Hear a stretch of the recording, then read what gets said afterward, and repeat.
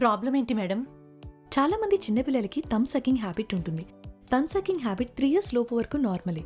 కానీ 3 ఇయర్స్ తర్వాత కూడా ఇంకా థమ్ సకింగ్ చేస్తూ ఉంటే ఫేషియల్స్ ఫీచర్స్ మారుతాయి, టీత్ మాల్ అలైన్మెంట్గా వస్తాయి, అండ్ ఆల్సో పిల్లలు నోటితో ఊపిరి తీసుకోవడం స్టార్ట్ చేస్తారు. దీనివల్ల డ్రై మౌత్ వచ్చే ఛాన్సెస్ ఎక్కువ. సో థమ్ సకింగ్ హ్యాబిట్కి రీజన్స్ ఏంటో చూద్దాం. ఒకటి, ప్లెయిన్గా హ్యాబిట్ అయి ఉండొచ్చు.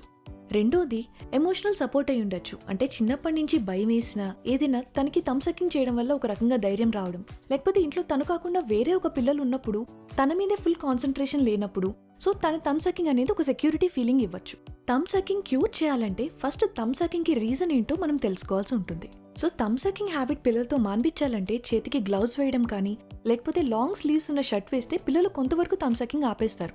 లేదు ఇంత చేసినా కూడా థమ్ సకింగ్ మానకపోతే నోట్లో మనం ఒక అప్లయన్స్ పెడతాం. దానివల్ల అదొక రిమైండర్ లాగా ఉంటుంది. అది ఉన్నప్పుడు పిల్లలు థమ్ సకింగ్ చేయలేరు.